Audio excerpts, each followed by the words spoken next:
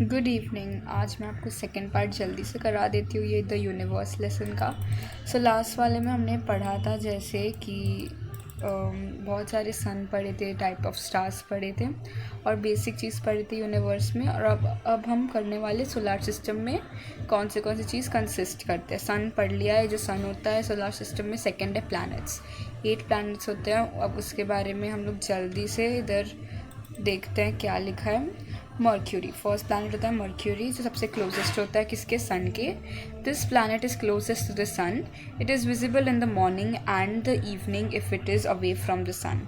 A number of depressions which look like volcanic craters but are actually caused by meteoric falls can be seen on the surface of Mercury.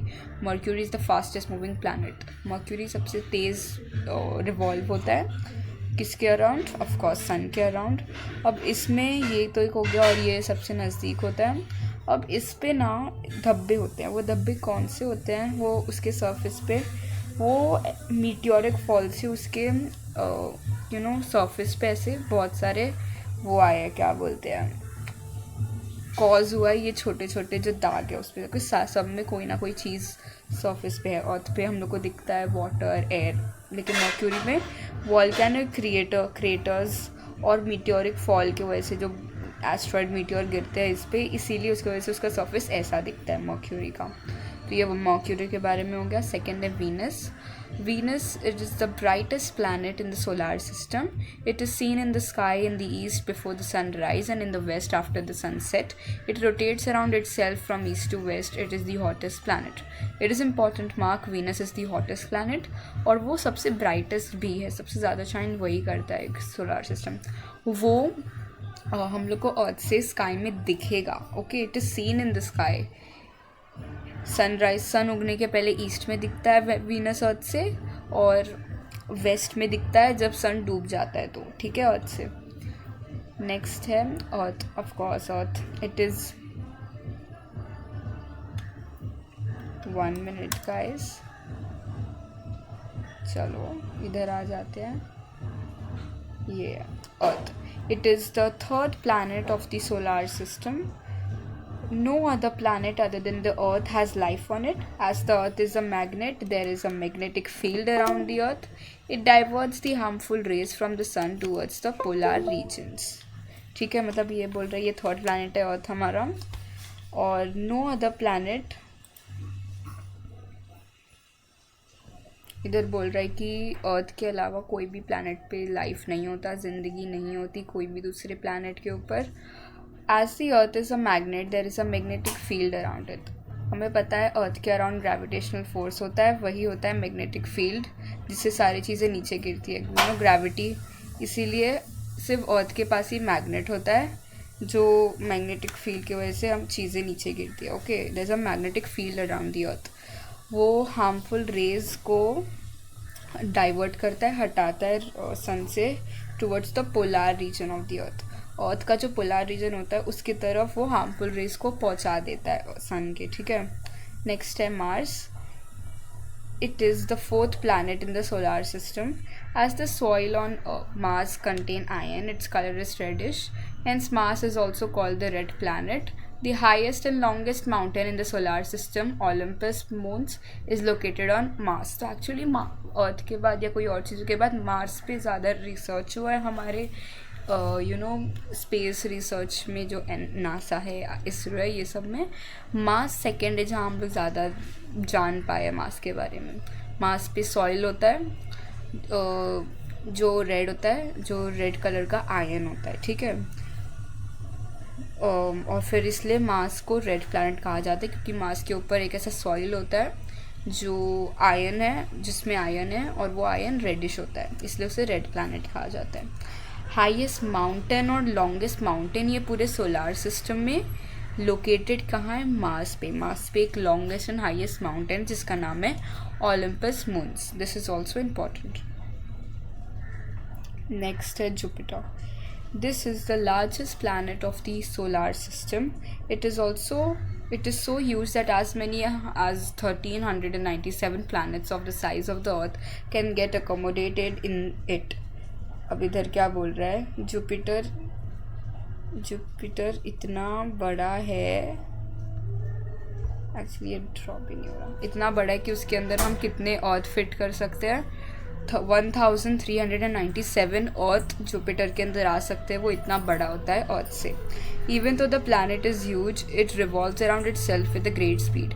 भले वो जितना बड़ा हो लेकिन वो तभी बहुत ग्रेट स्पीड में होता है, यू नो। अगर वज़न भारी है तो वो घूम, ऐसा बोल रहे हैं, लेकिन यहाँ जुपिटर हैवी भी है और बड़ा भी है, पर तभी वो घूमता है बहुत ही तेज़ी से अपने around. Okay, as huge storms occur frequently on it, Jupiter पे बहुत फ्रीक्वेंट स्टॉर्म्स आते रहते हैं, मतलब आंधी आती रहती है जुपिटर पे, इसलिए उसे स्टॉर्मी प्लैनेट भी कहा जाता है। ये भी एक इम्पॉर्टेंट लाइन है, स्टॉर्मी प्लैनेट को जुपिटर कहा जाता है, रेड प्लैनेट को मार्स कहा जाता है।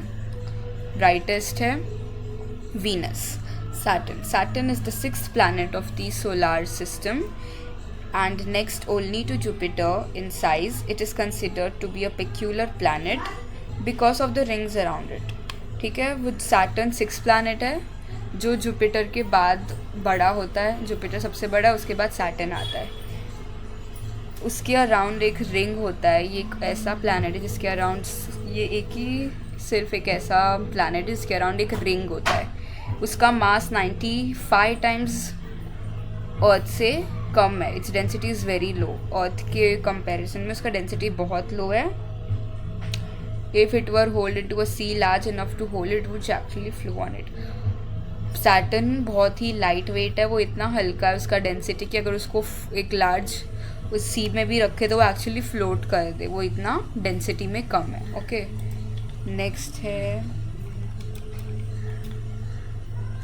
नेक्स्ट देखते हैं हम लोग Uranus. It is the 7th planet in the solar system. It cannot be seen without a telescope. Its axis is so greatly inclined that it appears as if it is rolling along on its orbit. 7th हमारा planet है Uranus. वो telescope से बिल्कुल नहीं दिखा है, तो हम लोग ने कभी नहीं देखा है रियल में कैसा दिखता है Uranus. Its axis is so greatly, उसका जो एक एक्सिस होता है, एक स्ट्रेट लाइन होता है, वो बहुत इंक्लाइंड मतलब टेढ़ा है कि वो ऐसा लगता है कि वो खुद के अराउंड ही घूम रहा है। नेक्स्ट लास्ट है Neptune. It is the 8th planet. A season on Neptune last for about 41 years। समझ रहे हो, एक सीजन नेपट्यून में 40 साल से भी ज़्यादा लास्ट करता है। On this planet winds blow with extremely high pressure. इधर भी बहुत हाई प्रेशर से घूमते हैं। कौन? हवा घूमता है बहुत सारा हाई प्रेशर पे। नेक्स्ट आ जाते हैं हम सैटेलाइट पे। The celestial bodies that revolve around a planet without independently revolving around the sun are called satellites. तो सैटेलाइट क्या होता है? ऐसा सेलेस्टियल बॉडी जो अर्थ के that revolve around a planet without independently revolving around the sun, जो planet के around घूमता है लेकिन सन के अराउंड नहीं घूमता। ओके, जो प्लैनेट के अराउंड घूमता है और जो सन के अराउंड नहीं घूमता उसे कहते हैं satellite. Like planets, satellites rotate around their respective axis. आपको पता है प्लैनेट्स, हर एक प्लैनेट के एक्सिस होते हैं, उस पर वो घूमते हैं। वैसे ही सैटेलाइट्स के पास भी एक्सेस होता है। The moon is the satellite of the earth. Earth का सैटेलाइट मून है जो किसके अराउंड घूम रहा है? अर्थ के अराउंड, लेकिन सन के अराउंड नहीं घूमता। ठीक है, इसलिए मून अर्थ का सैटेलाइट है। समझे? सैटेलाइट क्या होता है? जो प्लैनेट के अराउंड घूमता है लेकिन सन के अराउंड नहीं घूमता। प्लैनेट्स घूमते हैं सन के अराउंड। सैटेलाइट है मून जो अर्थ के अराउंड घूमता है, सन के अराउंड नहीं घूमता। It does not have an atmosphere. Moon के अराउंड कोई भी हवा नहीं है। Its period of rotation and revolution are both of 27 days। एक घूमने का उसका कितना डे लगता है? 27.3 days। Except for Mercury and Venus, all other planets are satellites but in varying numbers.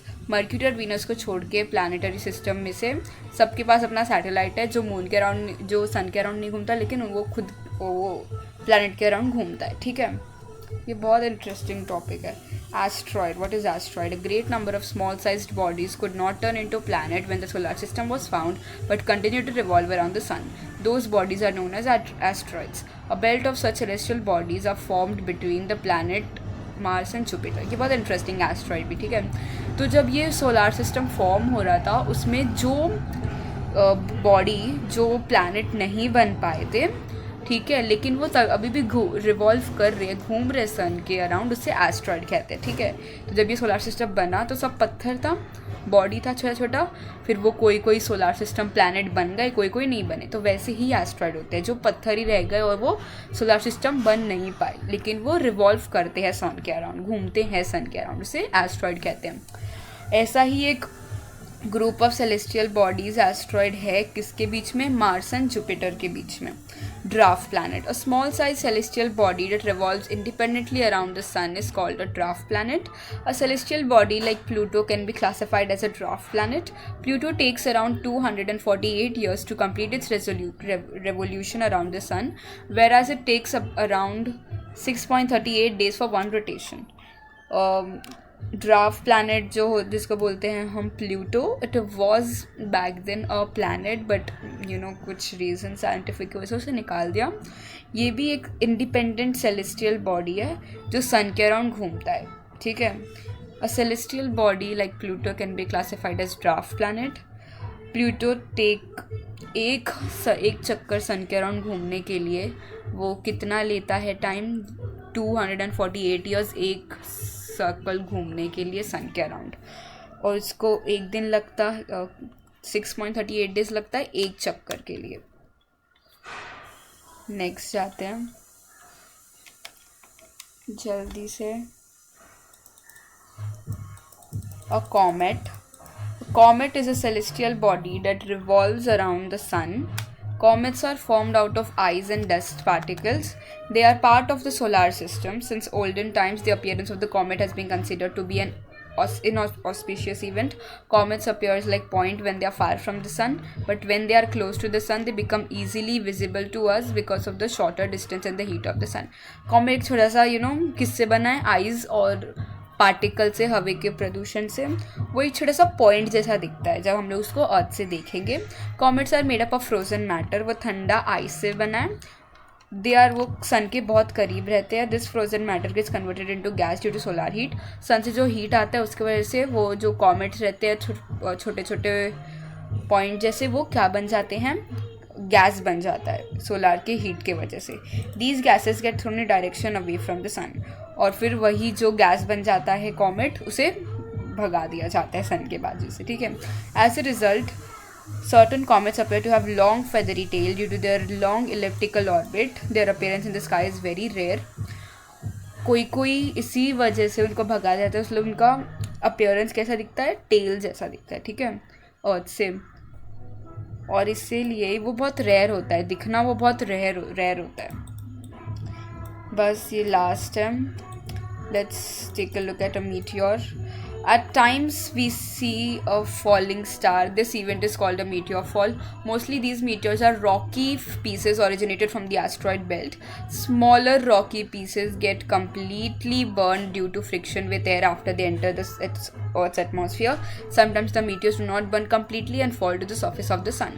These are called meteorites. It is believed that the Lonar Lake in Maharashtra has been formed by the impact of such a meteor. Meteors or meteor fall occur on other celestial bodies too. ये भी एक rock होता है जो आसमान से गिरता है, जिसकी वजह से अर्थ पे बहुत बड़े बड़े वो आ सकते हैं, क्या बोलते हैं, डिज़ास्टर आ सकता है, वो इतना भारी होता है। महाराष्ट्र में एक ऐसा लेक माना जाता है जिस पे मीटियोर गिरा, इसलिए वो आज लेक है। दैट्स इट, बहुत छोटे में समझा दिया मैंने ये आपको, ठीक है। हिंदी में ये लेसन इधर ही कंप्लीट होता है। बहुत सारे टॉपिक्स कवर है इस लेसन में, और सोलार सिस्टम क्या कंसिस्ट करता है और बहुत कुछ। बस ये चैप्टर ख़त्म होता है, इसमें मैंने ये सब नहीं दिखाया है आप लोग को।